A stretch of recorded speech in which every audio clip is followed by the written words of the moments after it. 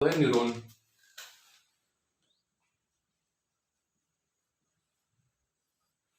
आज के वीडियो में हम क्या क्या पढ़ रहे हैं, तो न्यूरॉन की हम स्ट्रक्चर पढ़ने वाले हैं। पहला पॉइंट रहेगा स्ट्रक्चर के बारे में, दूसरा इसका फंक्शन कौन कौन से हैं,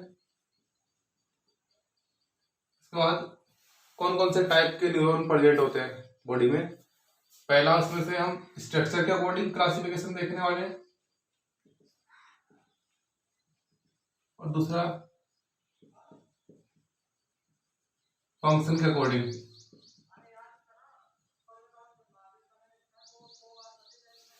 ठीक है, तो आज के टॉपिक में हम न्यूरॉन की स्ट्रक्चर के बारे में पढ़ेंगे, न्यूरॉन के फंक्शन के बारे में पढ़ रहे हैं और दूसरा न्यूरॉन के क्लासिफिकेशन के बारे में देखेंगे, जो स्ट्रक्चर के अकॉर्डिंग होगा और दूसरा फंक्शन के अकॉर्डिंग होगा। जो हम बात करते हैं न्यूरॉन की स्ट्रक्चर के बारे में, तो न्यूरॉन को हम डिवाइड कर सकते हैं तीन पार्ट्स में। न्यूरॉन की स्ट्रक्चर को हम तीन पार्ट्स में डिवाइड कर सकते हैं। इसमें पहला पार्ट जो है वो है डेंड्राइट्स, इसके बाद दूसरा पार्ट है वो है सेल बॉडी और तीसरा पार्ट है वो है एक्सॉन। ठीक है, तो डायग्राम अगर बनाएं, ये है सेल बॉडी। ठीक है, जो मेन पार्ट होता है न्यूरॉन का वो है सेल बॉडी, इसका दूसरा नाम होता है सोमा। सेल बॉडी क्या है? सेल बॉडी सेल न्यूरॉन का वो पार्ट है जहाँ पे न्यूरॉन के सारे ऑर्गेनेल्स प्रेजेंट रहेंगे। जैसे नॉर्मली हम सेल की बात करते हैं तो नॉर्मली सेल में बहुत सारे सेल ऑर्गेनेल्स प्रेजेंट होते हैं, ऐसे ही न्यूरॉन में भी बहुत सारे ऑर्गेनेल्स प्रेजेंट होंगे और मोस्ट ऑफ जो ऑर्गेनेल्स है वो न्यूरॉन में उसका पार्ट है वो है सेल बॉडी, वहीं पे प्रेजेंट होते हैं। और या हम ये बोल सकते हैं कि जो इम्पोर्टेंट पार्ट है न्यूरॉन का और मेन ऑर्गेनेल्स है जिसको हम बोल रहे हैं न्यूक्लियस, तो न्यूरॉन का न्यूक्लियस है वो प्रेजेंट होता है सेल बॉडी में। तो ये पार्ट है सेल बॉडी और सेल बॉडी में क्या प्रेजेंट है? न्यूक्लियस। ठीक है, इसके बाद सेल बॉडी से बहुत सारे एक्सटेंशन बाहर निकलते हैं। ठीक है, उन एक्सटेंशन को हम बोल सकते हैं नर्व फाइबर। नर्व फाइबर वो दो टाइप के होते हैं, एक है डेंड्राइट्स और दूसरा है एक्सॉन्स। ठीक है, तो अब कुछ सेल बॉडी से जो नर्व फाइबर बाहर निकल रहे हैं या एक्सटेंशन बाहर निकलेंगे, उसमें से कुछ तो ऐसे एक्सटेंशन होते हैं जो छोटे होते हैं और उनमें ब्रांचेज होती है। ठीक है, छोटे होंगे साथ में उनमें ब्रांचेज होगी, मल्टीपल ब्रांचेज वहां प्रेजेंट रहती है, लेकिन लेंथ में ये छोटे होते हैं। ठीक है, ऐसे एक्सटेंशन को हम क्या बोल रहे हैं? ऐसे एक्सटेंशन को हम बोल रहे हैं डेंड्राइट्स।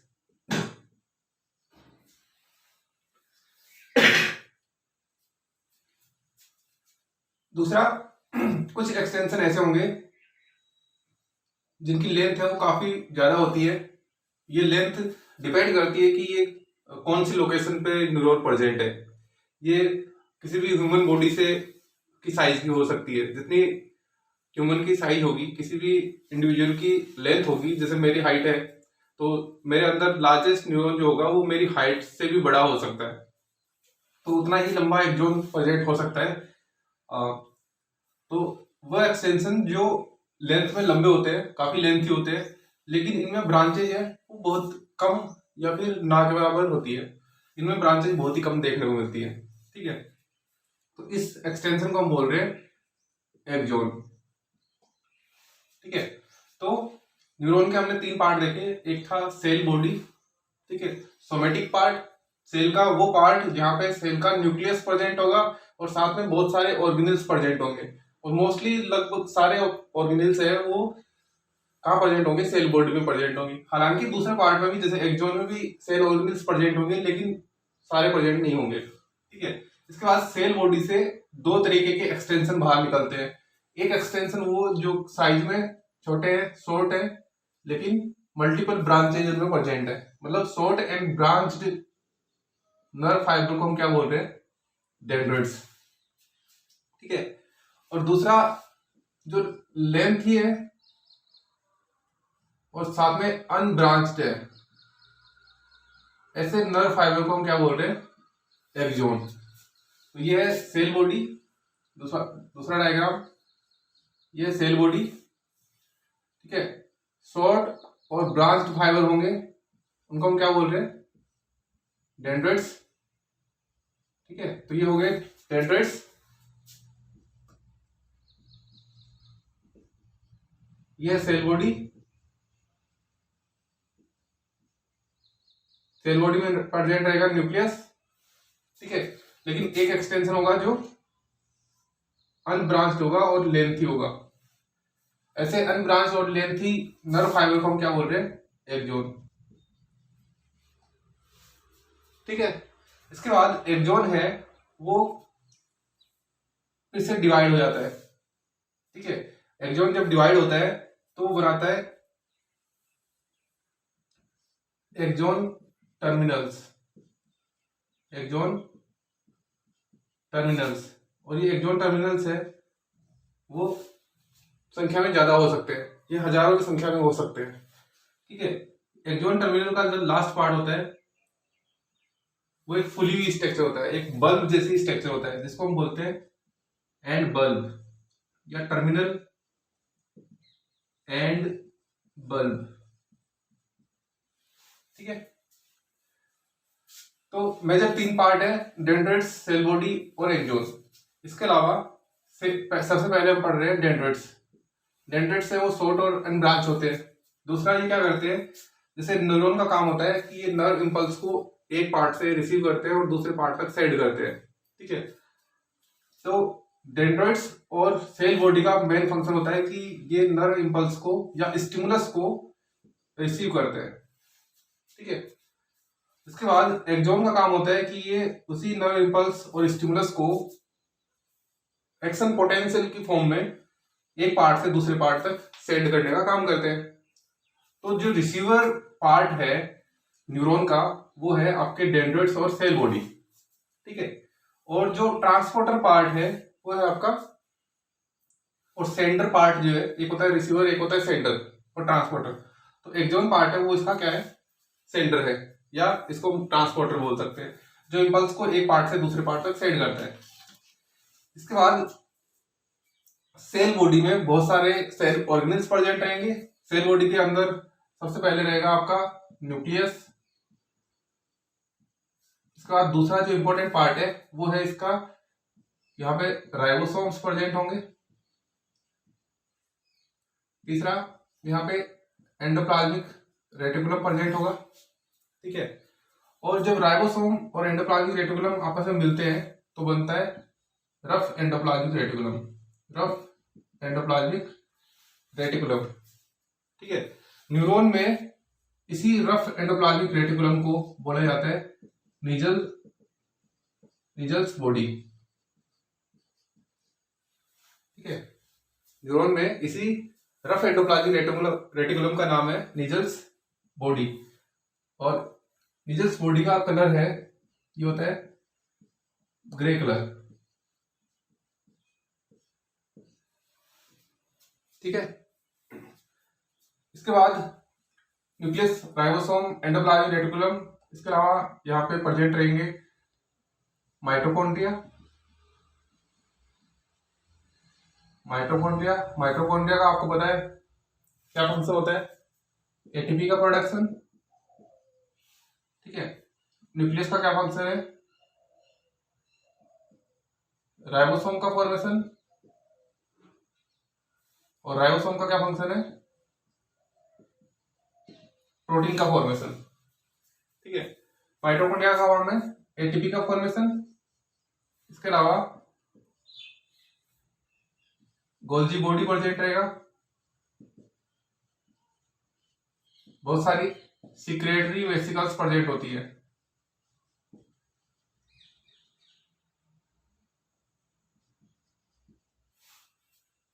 तो ये सारे सेल ऑर्गेनेल्स है, सेल बॉडी में प्रेजेंट रहते हैं। इसके बाद है एक्सोन। तो एक्सोन लेंथी होता है, लेंथ में। दूसरा अनब्रांच पार्ट होता है। इसके अलावा कुछ एक ब्रांचेस भी इसमें प्रेजेंट हो सकती है, जैसे कई बार है एक्सोन में ब्रांच प्रेजेंट होती है जिसको हम एक्सोन कोलेटरल बोलते हैं। एक्सोन कोलेटरल बोलते हैं, जो कि 90 डिग्री एंगल पे प्रेजेंट रहता है। ठीक है, तो ऐसे ही एक्सोन के कोलेटरल्स प्रेजेंट रहेंगे, इसको हम बोलेंगे एक्सोन कोलेटरल्स। एक्सॉन कोलेटरल्स भी एक्सॉन की तरह काम करता है, ठीक है। और दूसरा ये भी लास्ट में जाके एक्सॉन की तरह ही एक्सॉन टर्मिनल्स में डिवाइड हो जाते हैं, ठीक है। इसके बाद वो पार्ट, अच्छा एक ऐसा पार्ट होता है सेल बॉडी पे जहां एक्सॉन जुड़ा रहता है, एक उभरा हुआ पार्ट रहता है जिसको हम बोलते हैं ये वाला पार्ट, जहां से एक्सॉन से सेल बॉडी से एक्सॉन है वो अटैच हुआ है, इसको हम बोलते हैं एक्सॉन हाइलेक्स, ठीक है। इसके बाद एक पार्ट, इसके आगे का जो पार्ट होता है एक्सॉन का पार्ट है वो होता है इनिशियल सेगमेंट, इनिशियल सेगमेंट। जैसे हम एक्सॉन की लेंथ अगर काउंट कर रहे हैं तो वो इनिशियल सेगमेंट से ही स्टार्ट होता है। एक्सॉन का पार्ट जो सेल बॉडी से जुड़ा हुआ है वो है एक्सॉन हिलक्स, लेकिन हम जैसे ही हम लेंथ को कैलकुलेट कर रहे हैं तो वो पार्ट स्टार्ट होता है इनिशियल सेगमेंट से। एक्सॉन हिलक्स और इनिशियल सेगमेंट के बीच का जो पार्ट होता है इसको हम बोलते हैं ट्रिगर जोन, इसको हम क्या बोल रहे हैं, ट्रिगर जोन। तो जो डेंड्राइट्स ने स्टिमुलस से या नई इंपल्स को रिसीव किया था, नर्व इंपल्स को, और स्टिमुलस को अगर रिसीव किया है तो उस रिसीवर को, उस रिसीविंग स्टिमुलस को एक्शन पोटेंशियल की फॉर्म में या नर्व इंपल्स की फॉर्म में चेंज करने का काम होता है, वो है ट्रिगर जोन का। ट्रिगर जोन वो पार्ट होता है जहां से एक्शन पोटेंशियल बढ़ना स्टार्ट होती है। इसके बाद नेक्स्ट पार्ट है वो है साइटोस्केलेटन, साइटोस्केलेटन। साइटोस्केलेटन क्या है, जैसे बॉडी में अपना स्केलेटल सिस्टम होता है वैसे ही सेल के स्केलेटल सिस्टम को हम क्या बोल रहे हैं, साइटोस्केलेटन। तो न्यूरॉन में जो साइटोस्केलेटन प्रेजेंट होता है वो यहाँ पे दो पार्ट का होता है, एक है माइक्रोफिलामेंट्स, और दूसरा है माइक्रोट्यूब्यूल्स। माइक्रोफिलामेंट्स है ये इंटरमीडिएट टाइप का होता है, इंटरमीडिएट फिलामेंट्स होते हैं, और माइक्रोट्यूब्यूल्स है ये लार्ज ट्यूब लाइक फिलामेंट्स होते हैं।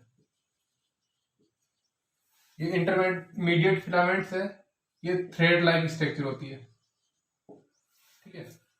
तो साइटोस्केलेटन है, न्यूरॉन में दो तरीके के साइटोस्केलेटन प्रेजेंट होता है, एक है माइक्रोफिलामेंट, एक है माइक्रोट्यूब्यूल्स। कुछ नहीं है, ये पतले पतले धागे जैसी स्ट्रक्चर होती है न्यूरॉन के अंदर, दोनों ही, और एक्सॉन में भी ये प्रेजेंट होते हैं। इनका काम होता है सेल ऑर्गेनेल्स को एक न्यूरॉन के एक पार्ट से दूसरे पार्ट में सेंड करने का काम। तो सेल के अंदर, न्यूरॉन के अंदर जो सेल ऑर्गेनेल्स का मूवमेंट होता है वो साइटोस्केलेटन की प्रेजेंस में होता है, क्योंकि माइक्रोफिलामेंट और माइक्रोट्यूब्यूल्स है ये कॉन्ट्रैक्शन करके अपनी साइज को छोटा और बड़ा कर सकते हैं। तो ये क्या करते हैं, सेल ऑर्गेनेल्स को एक हिस्से से चिपका के दूसरे हिस्से को कॉन्ट्रैक्शन करना स्टार्ट कर देते हैं। तो सेल ऑर्गेनेल्स है वो एक पार्ट से दूसरे पार्ट की ओर मूव करना स्टार्ट कर देता है, ठीक है। साइटोस्केलेटन के बाद एक पार्ट है, अच्छा जो एक्सॉन का पार्ट है, एक्सॉन का पार्ट है उसकी प्लाज्मा मेम्ब्रेन को हम बोलेंगे एक्सोलेमा, एक्सोलेमा। ऐसे ही अगर सेल बॉडी की प्लाज्मा मेम्ब्रेन है उसको हम बोलेंगे न्यूरोलेमा, क्योंकि न्यूरॉन की मेम्ब्रेन है तो हम उसको बोलते हैं न्यूरोलेमा। ऐसे ही अगर मसल की मेम्ब्रेन होगी तो उसको हम क्या बोलेंगे, सार्कोलेमा, सार्कोलेमा। ये मसल की प्लाज्मा मेम्ब्रेन है। तो हर एक न्यूरॉन की प्लाज्मा मेम्ब्रेन को हम क्या बोल सकते हैं, न्यूरोलेमा। और साइटोप्लाज्म को हम बोल सकते हैं न्यूरोप्लाज्म। क्या बोल रहे हैं, साइटोप्लाज्म को हम क्या बोल रहे हैं, न्यूरोप्लाज्म। ऐसे ही एक्सॉन की प्लाज्मा मेम्ब्रेन को हम बोल रहे हैं एक्सोलेमा, और एक्सॉन के साइटोप्लाज्म को हम बोल रहे हैं एक्सोप्लाज्म,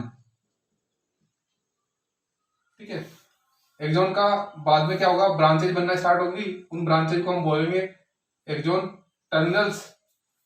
और एक्सॉन टर्मिनल्स जो होंगे उनका जो लास्ट पार्ट होगा उसको हम बोलते हैं टर्मिनल एंड बल्ब, या इसको हम बोलते हैं synaptic and bulb, synaptic and bulb.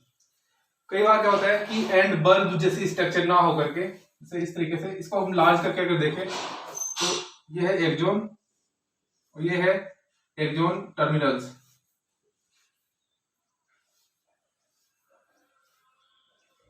ठीक है, और एक्सॉन टर्मिनल्स का जो लास्ट पार्ट है वो एक बल्ब की जैसे फुला हुआ स्ट्रक्चर होती है, तो इसको हम बोलते हैं synaptic and bulb.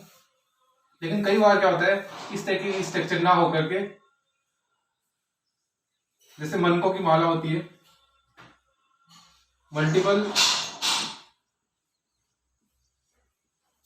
Swellings present होती है एक्सॉन टर्मिनल्स में, मल्टीपल स्वेलिंग्स प्रेजेंट होती है। ये टर्मिनल एंड बल्ब की तरह ना होकर के ये मल्टीपल स्वेलिंग के रूप में प्रेजेंस होती है।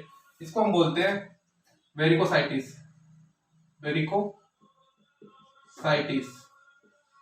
ठीक है, ये है साइनेप्टिक एंड बल्ब और ये है वेरिकोसाइटिस। ये मल्टीपल स्वेलिंग को हम क्या बोलते हैं, वेरिकोसाइटिस। ठीक है, दोनों ही टर्मिनल एंड बल्ब या साइनेप्टिक एंड बल्ब हो चाहे वेरिकोसाइटिस हो, दोनों के अंदर क्या होंगी, कुछ सिक्रेटरी वेसिकल्स होंगी। इनके अंदर क्या होती है, सिक्रेटरी वेसिकल्स होती है। इन सिक्रेटरी वेसिकल्स को हम बोल सकते हैं synaptic vesicles. Synaptic vesicles, vesicles क्या है, एक पाउच है जिसमें केमिकल भरा होता है, और न्यूरॉन के अंदर ये केमिकल जो होता है वो होता है न्यूरोट्रांसमीटर।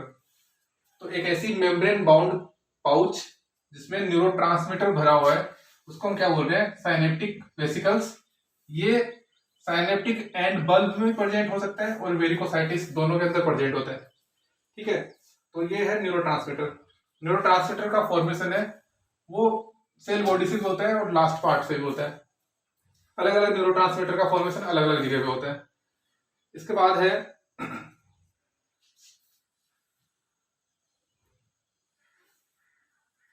एक्सॉन का डायमीटर। एक्सॉन का डायमीटर है वो अलग अलग न्यूरॉन के अंदर अलग अलग होता है। ये 5 माइक्रोमीटर से 135 माइक्रोमीटर तक हो सकता है, ये एक्सॉन का डायमीटर। ठीक है, इसके बाद एक्सॉन है, इसके अंदर जो सेल ऑर्गेनेल्स है इनका ट्रांसपोर्टेशन जो होता है वो भी फास्ट ट्रांसपोर्टेशन भी होता है और स्लो ट्रांसपोर्टेशन भी होता है। तो स्लो ट्रांसपोर्टेशन को हम क्या बोलते हैं, स्लो एक्सॉन ट्रांसपोर्टेशन। तो दो टाइप का ट्रांसपोर्टेशन है, एक है स्लो और दूसरा है फास्ट। स्लो को हम बोल रहे हैं स्लो एक्सॉन ट्रांसपोर्ट और दूसरा है fast axon transport. Slow axon transport है ये around 1 to 5 millimetre per day होता है। मतलब सेल बॉडी से सेल ऑर्गेनेल्स है वो लास्ट पार्ट तक पहुंचते हैं स्लो होता है स्लो एक्सॉन ट्रांसपोर्ट। और ऐसा ट्रांसपोर्ट जिसमें सेल बॉडी से सेल ऑर्गेनेल्स है वो फास्टली मूव कर रहे हैं तो वो आता है फास्ट एक्सॉन ट्रांसपोर्ट के अंदर। स्लो एक्सॉन ट्रांसपोर्ट के अंदर 1 to 5 mm का जो लेंथ है वो पर डे ट्रांसपोर्टेशन होता है। लेकिन फास्ट एक्सॉन ट्रांसपोर्ट में ये जो डिस्टेंस है ये 200 मिलीमीटर टू 400 मिलीमीटर तक हो सकता है पर डे। ठीक है, और दूसरा फास्ट एक्सॉन ट्रांसपोर्ट है, इसको हम फिर से दो पार्ट के अंदर डिवाइड कर सकते हैं, एक है एंट्रोग्रेड और दूसरा है रिट्रोग्रेड। एंट्रोग्रेड का मतलब है मूव फॉरवर्ड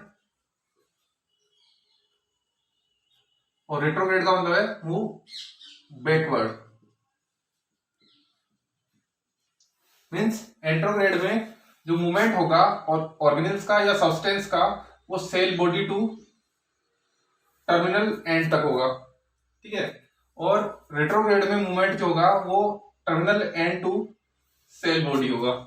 तो एंट्रोग्रेड में मूव फॉरवर्ड होता है मतलब सेल बॉडी से दूर जाने का काम होता है, और रिट्रोग्रेड में मूवमेंट है सब्सटेंस का और सेल ऑर्गेनेल्स का वो टर्मिनल एंड से मतलब टुवर्ड्स द सेल बॉडी होगा। ठीक है, एंट्रोग्रेड मूवमेंट में न्यूरॉन है वो जो माइटोकॉन्ड्रिया को सेल बॉडी से टर्मिनल एंड की तरफ सेंड करता है। इसके अलावा जो सिक्रेटरी वेसिकल्स है उनका मूवमेंट भी सेल बॉडी से एक्सॉन टर्मिनल की तरफ जो होता है वो आता है एंट्रोग्रेड में, ठीक है। और रिट्रोग्रेड में जो मूवमेंट होता है वो उसका एग्जांपल है, जैसे कुछ टॉक्सिन्स हो सकते हैं, टॉक्सिन्स, कुछ टॉक्सिन्स का मूवमेंट है वो टर्मिनल एंड से सेल बॉडी की तरफ होता है। ये टॉक्सिन है वो वायरस सिक्रेट कर सकते हैं, जिसमें से आपका रेबीज वायरस है, ठीक है, हर्पिक्स वायरस है, हर्पिज, नेक्स्ट है आपका पोलियो वायरस है। तो इन वायरसेस के जो टॉक्सिन्स है वो रिट्रोग्रेड मूवमेंट शो करते हैं। इसके बाद दूसरा ऑर्गेनिल्स है वो है आपका लाइसोसोम, लाइसोसोम, लाइसोसोम का फंक्शन आपको पता ही है। लाइसोसोम ये लाइसोजाइम का सिक्रेशन करना स्टार्ट करता है। जब भी कोई बैक्टीरिया या सेल डेब्रिज है या कोई सेल ऑर्गेनिल्स है जो डेड हो चुके हैं तो उनको डिस्ट्रॉय करने का काम होता है वो लाइसोसोम का। लाइसोसोम क्या करता है, लाइसोजाइम वो एंजाइम जो लाइसिस का काम करते हैं, मतलब जो डिस्ट्रॉय करने का काम करते हैं, ऐसे एंजाइम को हम बोलते हैं लाइसोजाइम। तो लाइसोसोम में वो लाइसोजाइम का सिक्रेशन करता है। इसके अलावा एक प्रोटीन और एक वेस्ट प्रोडक्ट है जिसको हम बोल रहे हैं लाइपोप्रोटीन, लाइपोप्रोटीन जो कि येलो ब्राउन कलर का होता है, येलो ब्राउन कलर का होता है। ये मेनली ओल्ड न्यूरॉन में देखने को मिलता है, ये ओल्ड न्यूरॉन में देखने को मिलता है। ये भी एक वेस्ट मटेरियल होता है जो लाइसोसोम रिलीज करता है। नेक्स्ट टॉपिक है क्लासिफिकेशन ऑफ न्यूरॉन। न्यूरॉन को हम स्ट्रक्चर और फंक्शन दोनों के अकॉर्डिंग ही क्लासिफाई कर सकते हैं। स्ट्रक्चर के अकॉर्डिंग जब हम बात करते हैं क्लासिफिकेशन की, तो स्ट्रक्चर के अकॉर्डिंग न्यूरॉन को 3 टाइप में डिवाइड किया गया है, ठीक है। पहला है इसमें मल्टीपोलर न्यूरॉन, दूसरा है बाइपोलर न्यूरॉन और तीसरा है यूनिपोलर न्यूरॉन। मल्टीपोलर न्यूरॉन का क्या मतलब है, यहां पे न्यूरॉन को हम क्लासिफाई कर रहे हैं according to number of poles. तो इसमें मेन पार्ट होगा वो होगा सेल बॉडी। जैसे मान लेते हैं ये हमारे पास एक सेल बॉडी है, ठीक है, और अगर इस सेल बॉडी पे मल्टीपल पोल का फॉर्मेशन है, मल्टीपल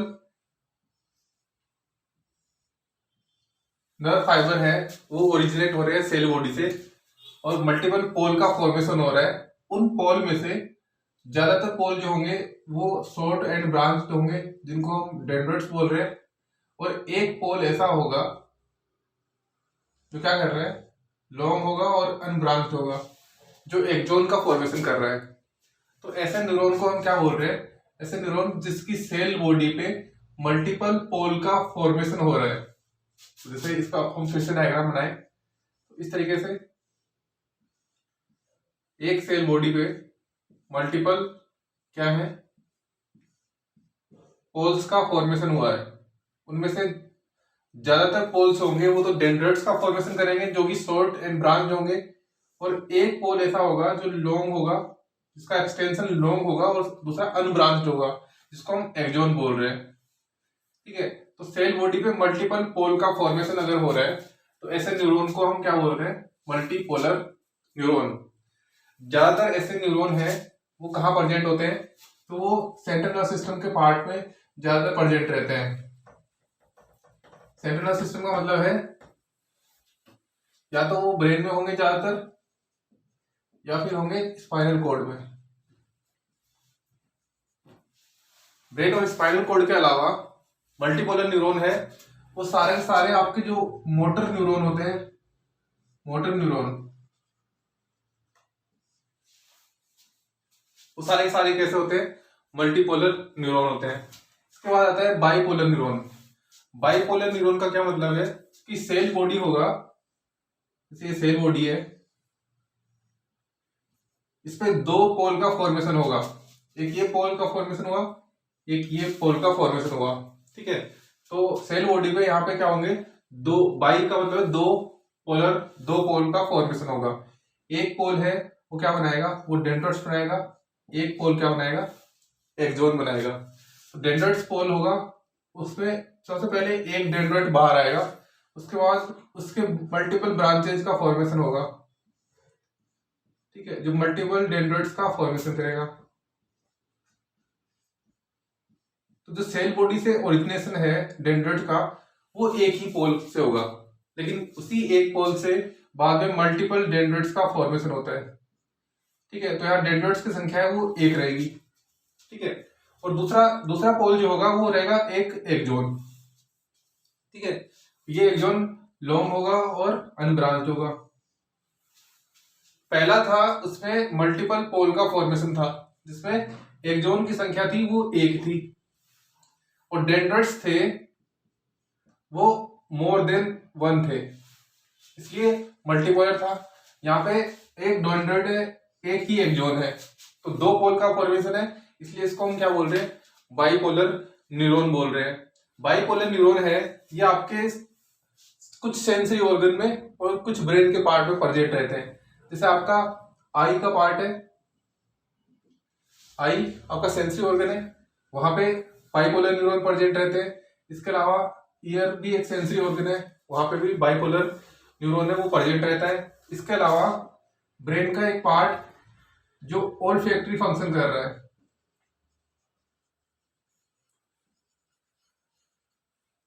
ब्रेन का ओल्फैक्टरी एरिया है, वहां पे भी कौन से न्यूरॉन प्रेजेंट रहते हैं, बाइपोलर न्यूरॉन प्रेजेंट रहते हैं। ठीक है, इसके बाद है यूनिपोलर न्यूरॉन। यूनिपोलर न्यूरॉन का मतलब है कि सेल बॉडी पे केवल एक ही पोल का फॉर्मेशन होगा। जैसे सेल बॉडी है, इसमें एक ही पोल का फॉर्मेशन होता है।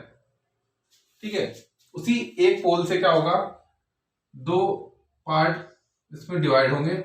एक पार्ट है वो फिर से डेंड्राइट का फॉर्मेशन करेगा। अच्छा, जो एक पोल रहेगा वो मेन जो पोल है, इसको हम एक्सोन में ही काउंट करते हैं। तो यहाँ पे एक्सोन का पार्ट है वो एक रहेगा। इसी एक्सोन से क्या होगा, इसी एक्सोन से क्या होगा, एक डेंड्राइट का फॉर्मेशन होगा।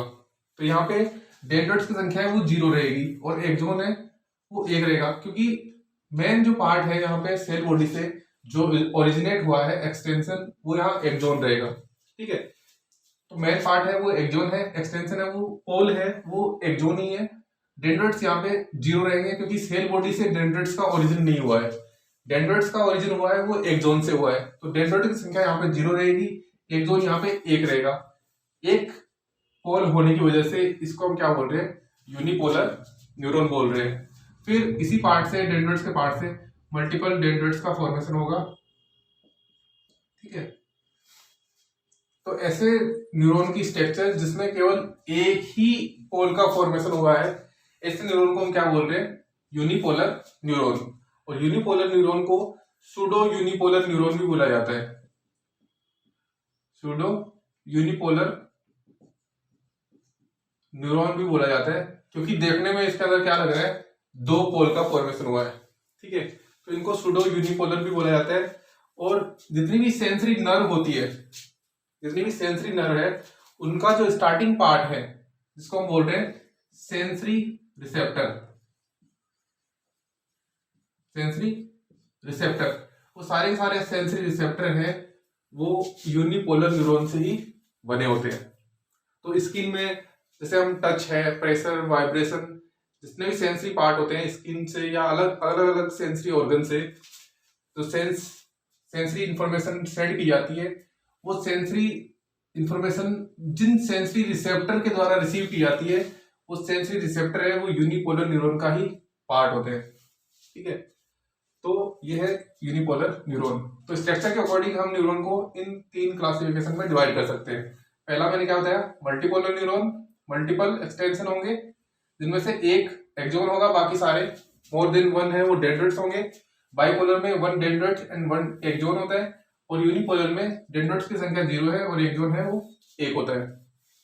सेम इसी क्लासिफिकेशन को हम क्या बोल सकते हैं, according to presence of number of dendrites, इसको हम क्लासिफाई कर सकते हैं। एग्जाम्पल के लिए मल्टीपोलर न्यूरॉन में मोर देन वन डेंड्राइट्स है, क्योंकि तीनों ही न्यूरॉन में एक्सोन का नंबर है वो 1 ही है। तो मल्टीपोलर में क्या होगा, डेंड्राइट्स का नंबर है वो मोर देन 1 होगा, बाइपोलर में 1 होगा, और यूनिपोलर में डेंड्राइट्स का नंबर है वो क्या होगा, लेस देन 1, 0 होगा। ठीक है।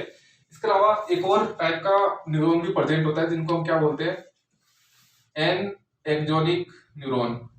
N axonic neuron. An axonic का मतलब क्या है, एक्सोन है यहाँ पे क्या है, अब्सेंट है।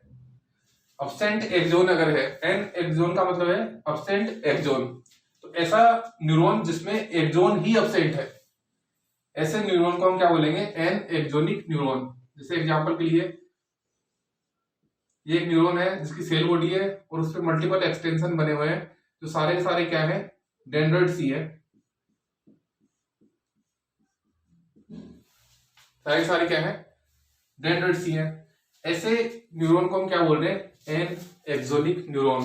मतलब यहाँ पे डेंड्राइट्स की संख्या है वो मोर देन 1 रहेगी, लेकिन एक्सोन की संख्या वो क्या रहेगी, 0। ठीक है। ऐसे न्यूरॉन है मोस्टली जो आपका एड्रिनल ग्लैंड है, एड्रिनल ग्लैंड है,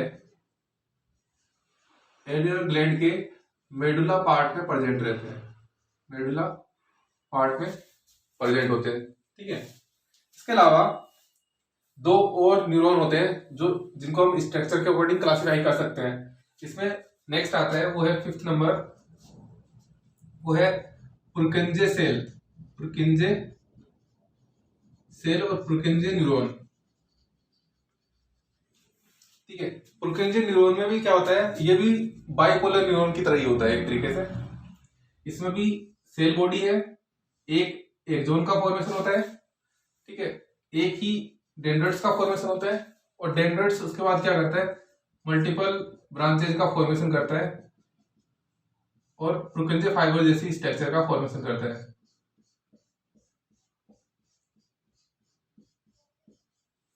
ठीक है। और ये पुरकिंजे सेल है या पुरकिंजे न्यूरॉन है, ये मोस्टली प्रेजेंट होता है आपका किसमें, सेरेबेलम में। ब्रेन का पार्ट है सेरेबेलम में। ठीक है। इसके अलावा एक और न्यूरॉन प्रेजेंट होता है जिसमें सेल बॉडी की स्ट्रक्चर है वो पिरामिड जैसी होती है। जैसे सेल बॉडी है वो इसे पिरामिड जैसी दिखाई देगी, और इसी पिरामिड जैसी सेल से क्या होता है, एक एक्सोन का फॉर्मेशन होता है और मल्टीपल डेंड्राइट्स का फॉर्मेशन होता है। इसमें सेल बॉडी की शेप है वो पिरामिड जैसी होती है, इसीलिए सेल का नाम है। और न्यूरॉन का नाम क्या है, यहाँ पे 6 नंबर है वो है पिरामिड सेल और पिरामिड न्यूरॉन। ये भी स्ट्रक्चर के अकॉर्डिंग क्लासिफाई किया गया है, क्योंकि सेल बॉडी की शेप है वो पिरामिड लाइक है।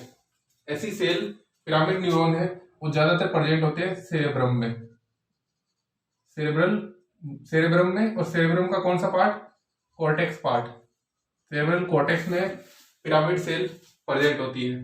तो ये आपका स्ट्रक्चर के अकॉर्डिंग न्यूरॉन का क्लासिफिकेशन। इसके बाद एक और क्लासिफिकेशन है जो भी स्ट्रक्चर के अकॉर्डिंग ही है, वो है आपका माइलिन शीथ की प्रेजेंस और अब्सेंस की वजह से। नेक्स्ट क्लासिफिकेशन है according to presence of myelin sheath. Myelin sheath की प्रेजेंस के अकॉर्डिंग हम न्यूरॉन को 2 टाइप्स के अंदर डिवाइड कर सकते हैं। एक, अगर माइलिन शीथ प्रेजेंट है तो ऐसे न्यूरॉन को हम बोलेंगे माइलिनेटेड न्यूरॉन, और दूसरा, अगर माइलिन शीथ प्रेजेंट नहीं है तो ऐसे न्यूरॉन को हम बोलेंगे अनमाइलिनेटेड न्यूरॉन। तो हम क्लासिफाई कर सकते हैं according to presence of myelin sheath. यहां पे 2 टाइप के न्यूरॉन होंगे, एक है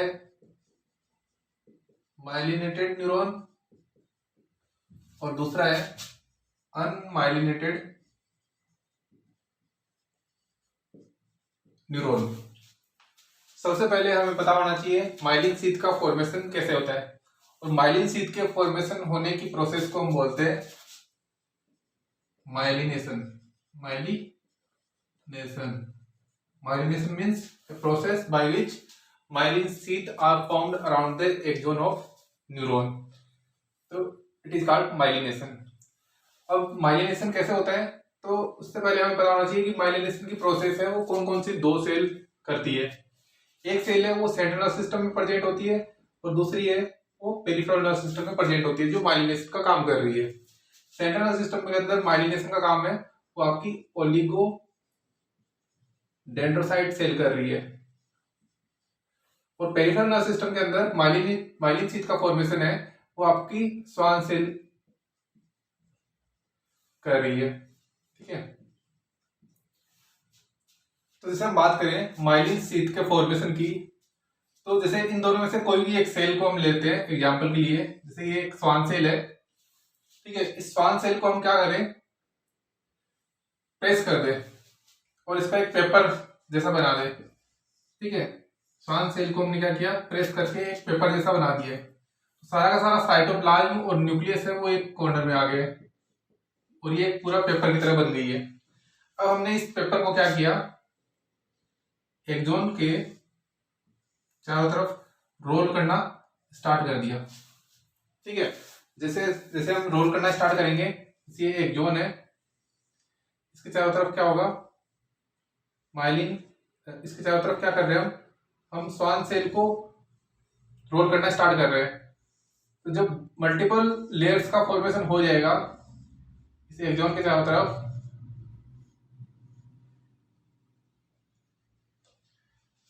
तो उसको हम बोलते हैं माइलिन शीथ। और माइलिन शीथ है वो किसकी बनी हुई है, तो प्लाज्मा मेम्ब्रेन किसकी बनी हुई है, वो है लिपिड और प्रोटीन की। स्वान सेल की प्लाज्मा मेम्ब्रेन किसकी बनी हुई है, किसी भी सेल की प्लाज्मा मेम्ब्रेन है वो लिपिड और प्रोटीन की बनी रहती है। और यही लिपिड और प्रोटीन की लेयर, मल्टीपल लेयर है वो एक्सॉन के चारों तरफ बना रही है।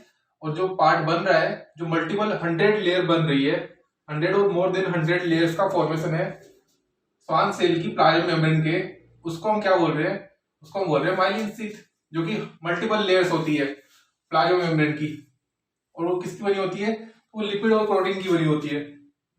ठीक है, तो जब जब ये हंड्रेड्स और मोर देन हंड्रेड्स लेयर्स का फॉर्मेशन होगा, तभी इसको हम क्या बोल रहे हैं, माइलिन शीथ।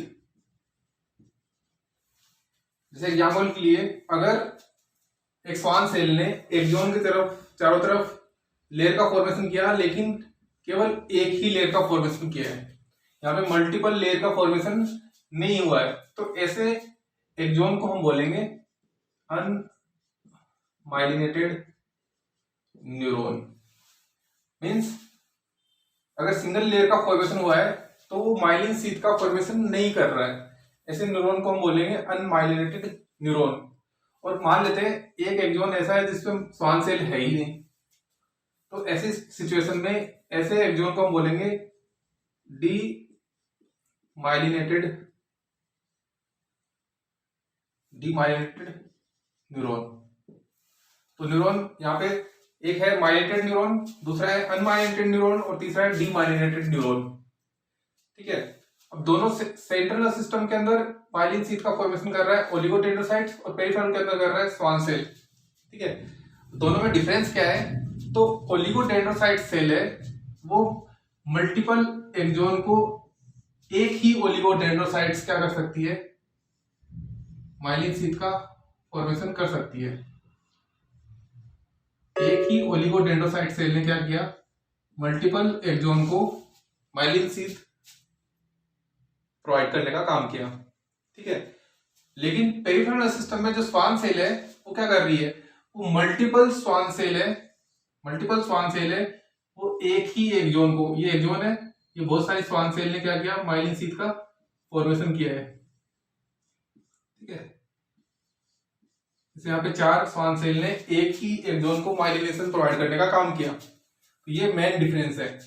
फिर से रिपीट कर रहा हूं, एक ही ओलिगोडेंड्रोसाइट्स है वो मल्टीपल एक्सॉन को माइलिनेशन प्रोवाइड कर सकती है सेंट्रल नर्वस सिस्टम के अंदर, लेकिन मल्टीपल स्वान सेल है वो एक ही एक्सॉन को माइलिनेशन प्रोवाइड करती है पेरिफेरल नर्वस सिस्टम के अंदर।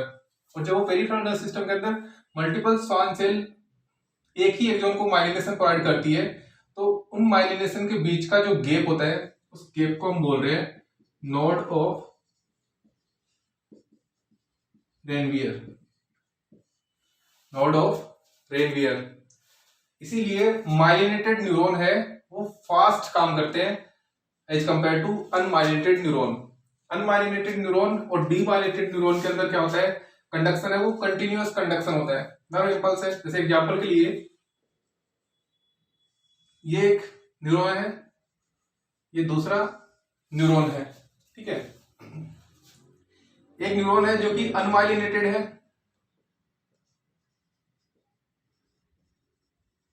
और दूसरा माइलिनेटेड न्यूरॉन है। तो यहां माइलिन शीथ होगी, मल्टीपल माइलिन शीथ का फॉर्मेशन होगा स्वान सेल की वजह से, ठीक है। और ये अनमाइलिनेटेड न्यूरॉन है। तो यहाँ पे जो नर्व इंपल्स का कंडक्शन होगा वो node of Ranvier to node of Ranvier होगा, इसलिए कंडक्शन है बहुत ही फास्ट होता है। और अनमाइलिनेटेड न्यूरॉन के अंदर जो नर्व इंपल्स का कंडक्शन होता है वो कंटिन्यूअस होता है, ठीक है, इसलिए वो स्लो कंडक्शन होता है। जैसे हम एग्जांपल के लिए हम जैसे मिली सेकेंड की अगर बात करें, एक नर्व इंपल्स यहाँ पे स्टिमुलेट करती है, ठीक है। नर्व इंपल्स का फॉर्मेशन होता है कंटिन्यूअस कंडक्शन के अंदर, और अनमाइलिनेटेड न्यूरॉन के अंदर 1 मिली सेकेंड में अगर वो डिस्टेंस कवर कर रहा है 1 mm की, ठीक है। तो माइलिनेटेड न्यूरॉन के अंदर 1 मिली सेकेंड में क्या होगा, ये डिस्टेंस है वो 5 mm की हो जाएगी, क्योंकि माइलिनेटेड न्यूरॉन के अंदर जो नर्व इंपल्स का कंडक्शन होगा वो नोड टू नोड होगा, ठीक है। ऐसे कंडक्शन को हम बोलते हैं साल्टेटरी कंडक्शन। और ऐसे कंडक्शन को हम बोलते हैं कंटिन्यूअस कंडक्शन, जो अनमाइलिनेटेड न्यूरॉन के अंदर होता है, कंटिन्यूअस कंडक्शन, ठीक है।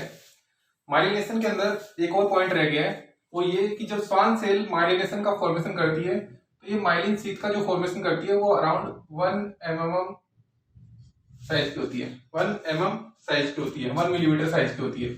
और दूसरा मल्टीपल माइलिन शीथ के बीच में गैप होता है, ठीक है। दूसरा एक एग्जांपल ये है, अगर एक ही स्वान सेल है वो मल्टीपल एक्सोन के चारों तरफ कवरिंग बना रही है। जैसे ये एक स्वान सेल है और इसने क्या किया, मल्टीपल